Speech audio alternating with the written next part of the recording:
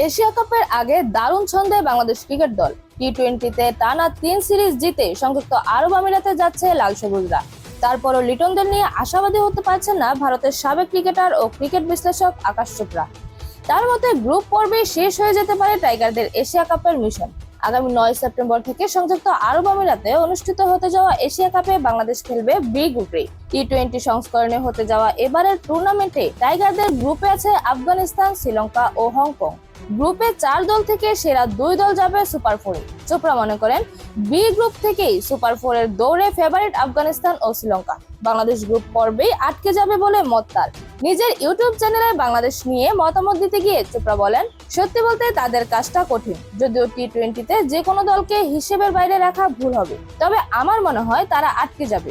আফগানিস্তান ও শ্রীলঙ্কা এই গ্রুপ থেকেই কোয়ালিফাই করতে পারে, তাই বাংলাদেশের গল্প লিগ পর্যায় থেকে শেষ হতে পারে। চোপড়ার মতে বাংলাদেশের দুর্বলতা ব্যাটিংয়ে। লিটন দাসের উপর দল অনেকটা নির্ভরশীল। অভাব দেখছেন এক পরিপূর্ণ অলরাউন্ডারের।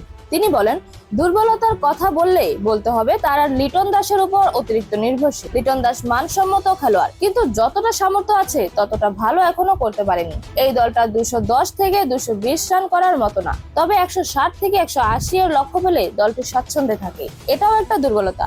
একজন পরিপূর্ণ অলরাউন্ডারের অভাব আছে। অনেকদিন পর বহুজাতিক টুর্নামেন্টের সাকিব নেই, মেহেদী হাসান মিরাজও নেই। বাংলাদেশ দলের শক্তির জায়গা নিয়েও কথা বলছেন চোপড়া। তার কণ্ঠে ঝরেছে টাইগারদের পেস ইউনিটের প্রশংসা। ভারতের এই সাবেক ক্রিকেটার ও বিশ্লেষক বলেন, বাংলাদেশের পেস বোলিং ইউনিট ভালো। তাসকিন, তানজিম নতুন বলে ভালো বোলিং করছে।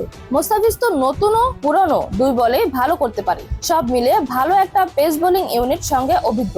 ফাস্ট বোলিং বাংলাদেশের সবচেয়ে বড় শক্তির জায়গা। স্পিনেও বৈচিত্র্য আছে।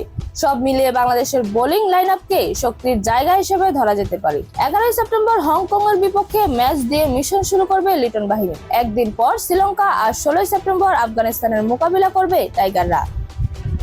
এরকম আরো নতুন নতুন খেলার আপডেট পেতে অবশ্যই চ্যানেলটি সাবস্ক্রাইব করে রাখুন। ধন্যবাদ। লেভাস নিউজ।